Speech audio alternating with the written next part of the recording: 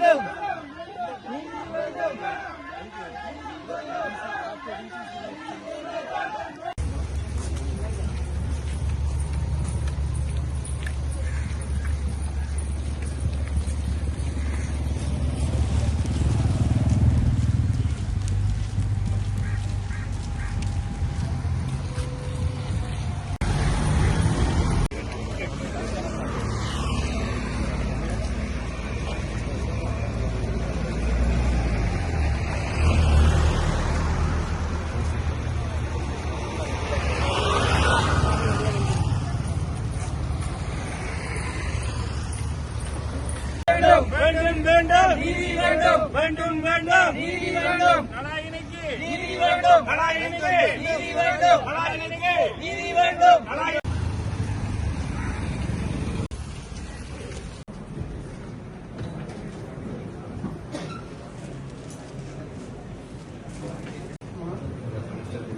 ஜனாதிபதிக்குரிய கடிதத்தில் ஜனாதிபதி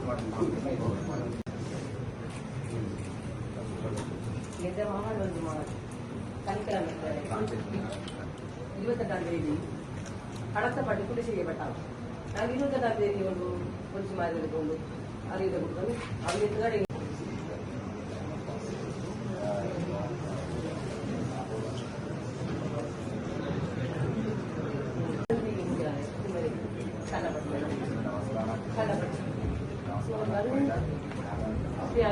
அவங்க சட்டத்திறன்கள்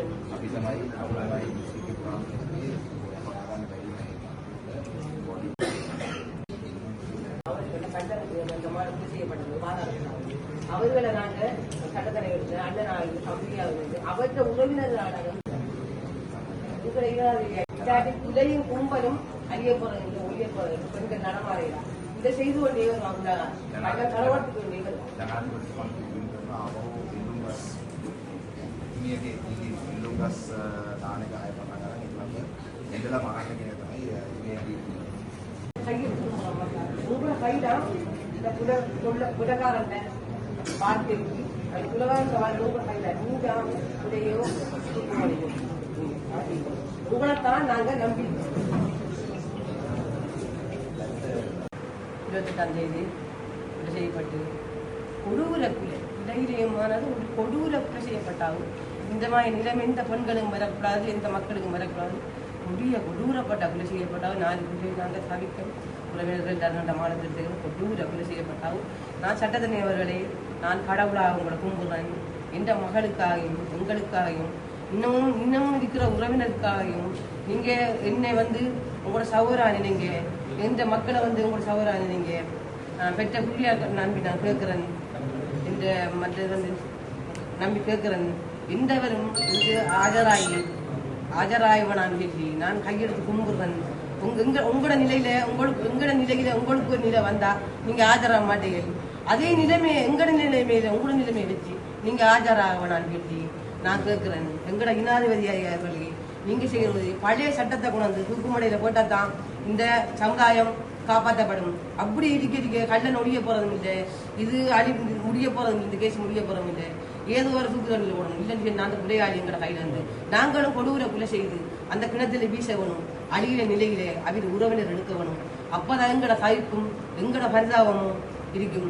எந்த மகளை நாங்க இப்ப அங்காலையும் இல்லை இஞ்சாலையும் இல்லாம இந்த மகளை இரு சடங்கு செய்ய முடியாத நிலையில அவநிலைக்கு நாங்க தள்ளப்பட்டு நாங்க சபிக்கணும். நாங்க இனியும் கேட்கறது நீதியை கேட்டு நீதி கேட்கிற அவங்க சொன்னாங்க களவஞ்சூர்ல போட சொல்லி களவஞ்சூர்ல போட்டா எல்லாம் பரவாயில்ல தெரியும்.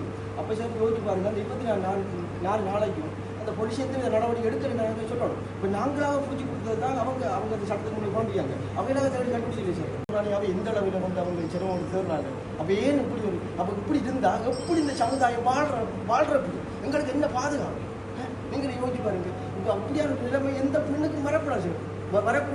எங்களுக்கு நியாயம் வேணும். அடுத்ததாக சார் முக்கியமான கோரிக்கை, இந்த கொலையாளிக்கு எந்த சட்டத்தரணிகளும் தயவு செய்து எந்த விதமான அவங்க ஆஜராகி இவங்களை காப்பாற்ற முடிவு வரக்கூடாது. நாங்கள் சட்டத்தரணி எப்போதும் உங்களுக்கு தெய்வம் மதிக்கிறோம். எங்களுக்கு கோயில்மாய் சட்டத்தரணிகளுக்கு தெய்வம். அவங்க இதுக்கு இந்த கொலையாளிக்கு எந்த விதமான ஆஜராகம் பண்ணி அவங்களுக்கு ஏற்றமாய் நடந்து கொள்ளக்கூடாது.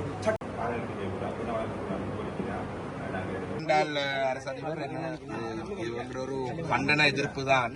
என்ன காரணம் என்று சொன்னால், உங்களுக்கு தெரியும், ஒரு 4 நாளைக்கு முதல் கடத்தல் சம்பவம் ஒன்றுல போலீசாருடைய நடவடிக்கை உண்மையிலே பாராட்ட வேண்டியதாக. மேனன் என்ற பெயர் அவருடைய அந்த போலீஸ் அதிகாரி உண்மையிலே மிக வேகமாக அந்த இறுதியாக கடத்தப்பட்ட அந்த தாயையும் அந்த குழந்தையிலையும் அந்த விஷயத்தை நடந்து கொண்டிருக்கிறாங்க. இந்த 40ஆம் கிராமத்தில் காணாம போன 24 நாட்களுக்கு முன்பு தான் காணாம போனோம். அவங்க என்னையும் வந்து சந்தித்தவங்க, நானும் தொலைபேசியுடன் போலீஸோட கயற்றினான். அவங்க மக்களிடம் நிலப்பாடு என்ன சொன்னால், அந்த நேரத்தில் அந்த போலீசாருடைய நடவடிக்கை போதிய அளவில் இருக்கின்றன. என்றால் இந்த 40ஆம் கிராமம் வந்து வெள்ளாவளி போலீஸ் பிரிவுக்கு உட்பட்டது. கடத்தப்பட்டது களுவாஞ்சுடி பிரிவில். இதில் களுவாஞ்சுடி பிரிவு விசாரணை செய்தா வெள்ளாவளி செய்தான்றதுல ஒரு சின்ன ஒரு குழப்பத்தில் சரியாக விசாரணைகள் முன்னெடுக்கப்பட்டதா இல்லையான்னு மக்களுக்கு ஒரு சந்தேகம் இருக்கு.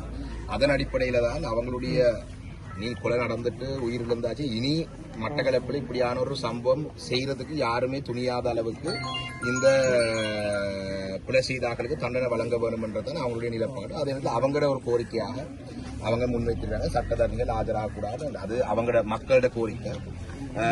அதன் அடிப்படையில் அவங்க வந்து ஒரு 3 பேர் அவங்களோட சார்பில் உங்களோட கதைக்கிறதுக்கு அனுமதிக்கிறார். இவ்வளத்தை நான் நினைக்கிறேன் நாம கதைக்க போகணும் என்று சொல்லி சொன்னால் கூடுதலாக மக்களை வச்சு கதைக்கிறாரு. அவங்களோட ஒரு 3 பேர் நீங்கள் அனுமதிப்பீங்கன்னு உங்களோட வந்து அவங்களோட விஷயத்தை சொல்லி போட்டு அவங்க அமைதியான முறையில் அந்த இதை நாங்கள் முடிச்சு கொள்வோம். உங்களோட நீங்க எல்லாம் நாங்கள் உள்ளுக்குள்ள கூட்டத்தில் உங்களுக்காக பேசுவோம்.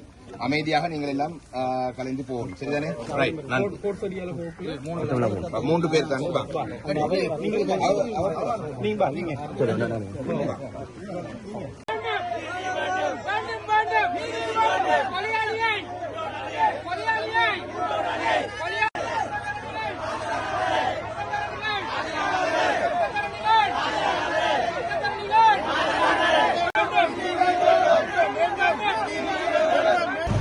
கோரதிப்பட்டி பிரதேச சபைக்கு உட்பட்ட திருக்கோடை வட்டாரத்தில் இருக்கின்ற 40ஆம் கிராமத்திலே இருந்த ஒரு தாயொருவரின் உடல் காலடைந்த கிணற்றினிலே கடந்த நாட்களுக்கு முன் போடப்பட்டது. உண்மையிலே எங்களுக்கு இந்த போலீசாரின் அசம்பந்த போட்டுத்தான் இந்த உடலை நாங்கள் உயிரற்ற உடலாக கண்டெடுப்பதற்கு காரணமாக இருக்கிறது. நான் இந்த இடத்தில் நான் தெரிவித்துக் கொள்கிறேன். என்று சொன்னால் என்னுடைய கௌரவ பாராளுமன்ற உறுப்பினர் சாணிக தாசமாரிக்கும் ஐயா அவர்களிடம் இந்த உயிரிழந்த பெண்ணினுடைய தாயார் வந்து முறையிட்ட பின்னர் உடனடியாக குறித்த பகுதிக்குரிய OIC ASP மூலம் நாங்கள் இப்படியான பிரச்சனை நடந்திருக்கிறது என்று கூறியும் எதுவிதமான நடவடிக்கையும் அந்த தாயினுடைய உடலை கண்டெடுக்கும் மட்டும் வெள்ளாவளி போலீசாரோ களவாஞ்சிக்குடி போலீசாரோ எதுவிதமான நடவடிக்கை எடுக்கப்படவில்லை என்பது எங்களுக்கு மிக மனவருத்தமான விடயம். தாய் காணாமலாக்கப்பட்டு கிட்டத்தட்ட 24 நாட்களுக்கு பின்னர் ஒரு உயிரற்ற உடலாகத்தான் நாங்கள் கண்டெடுத்ததாக நாங்கள் அறிகிறோம். எனவே இந்த குற்றவாளிகள் பிடிபட்டிருக்கின்றார்கள். அவர்களுக்குரிய தண்டனை சரியான முறையிலே இந்த இலங்கையிலே நடைபெற வேண்டும். குற்றவாளிகளுக்கு சார்பாக எந்த ஒரு சட்டத்தரணிகளும் ஆஜராக கூடாது. சட்டம் தன் கடமையை செய்ய வேண்டும் என்றதை நாங்கள் இந்த இடத்திலே எங்களுடைய மக்களுடன் நாங்கள் இந்த இடத்திலே இந்த வெளிப்படுத்துவதற்காக மட்டக்களப்பு காந்தி பூங்காவுக்கு வந்திருக்கின்றோம். எனவே சட்டம் தன் கடமையை ஒழுங்கான முறையிலே செயல்படுத்த வேண்டும் என்பதை எங்களுடைய அபாவாக இருக்கின்றது.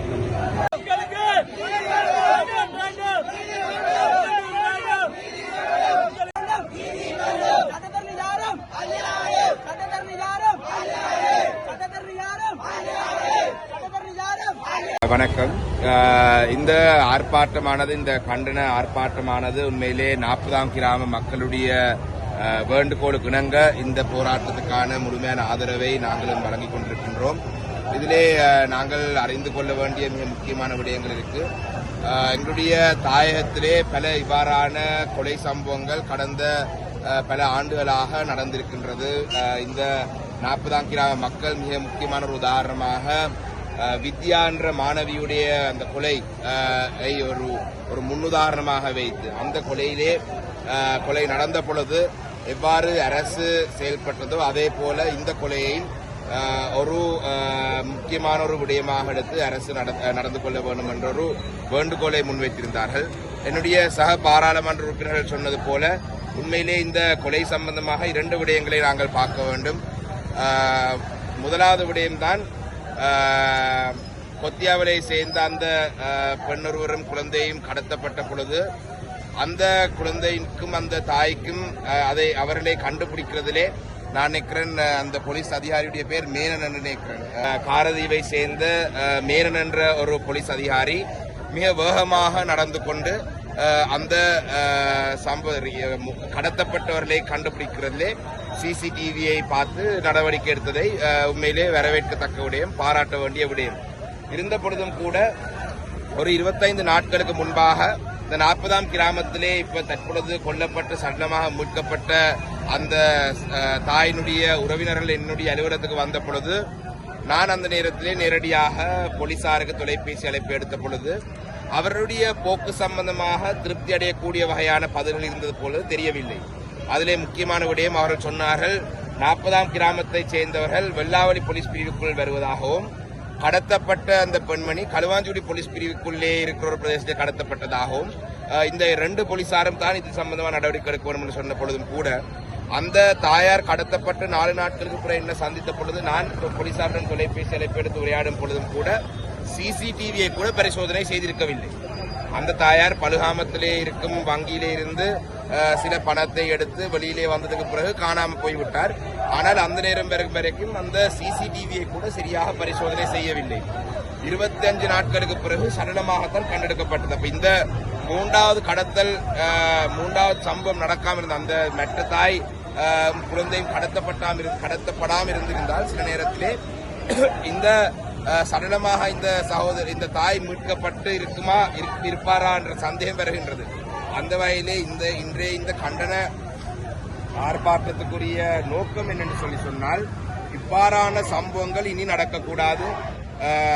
மேனன் என்ற ஒரு போலீஸ் அதிகாரி சிறப்பாக செயல்பட்டிருந்தாலும் கூட ஏனைய போலீசாருடைய நடவடிக்கை சம்பந்தமாக எங்களுடைய மக்களுக்கு திருப்தி இல்லை என்றதை வெளிப்படுத்தும் வகையாகவும் அந்த மக்களுடைய ஒரு மேஜர் ஒன்றை கையடிப்பதற்காகவும் தான் அவர்கள் இந்த போராட்டத்தை ஏற்பாடு செய்திருக்கிறார்கள். அந்த வகையிலே இந்த மக்களுடைய பிரதிநிதி என்ற வகையிலே இலங்கை தமிழரசு கட்சியை சேர்ந்த எங்களையும் இந்த போராட்டத்துக்கு தங்களுக்கு ஆதரவாக வருமாறு கேட்டிருந்தார்கள். அந்த வகையிலே தான் நாங்கள் இன்று இந்த இடத்திலே வருகை தந்திருக்கிறோம். மிக வேகமாக இந்த விசாரணைகள் முன்னெடுக்கப்பட்டு உண்மையிலே அந்த கொல்லப்பட்ட தாயார் கொலை செய்யப்பட்டு கிணத்திலே வீசப்பட்டாரா இல்லாட்டி கிணத்துக்குள்ளே உயிருடன் போடப்பட்டாரான்றது கூட இன்று வரைக்கும் அந்த குடும்பத்தினருக்கு தெரியாத நிலையில் இருக்கிறார்கள். அந்த வகையிலே இது சம்பந்தமாக விரிவான நடவடிக்கை அரசு எடுத்து அந்த மக்களுக்கான நீதியை பெற்றுக் கொடுக்க வேண்டும் என்றுதான் எங்களுடைய கருத்து. அதுதாவசே விசேஷம்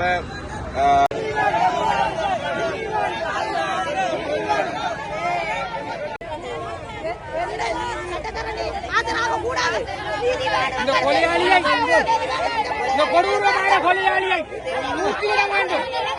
தமிழக அரசாங்கம் இந்த கொலையாளியை விட்டு வைக்க கூடாது. எந்த ஆஜராகக்கூடாது. எந்த சட்டத்திறனையும் இந்த கொலையாளிக்கு எதிராக ஆஜராகக்கூடாது. கொலைகாரனுக்கு கொலைதான் மருந்து. கொலைகாரனுக்கு கொலைதான் மருந்து.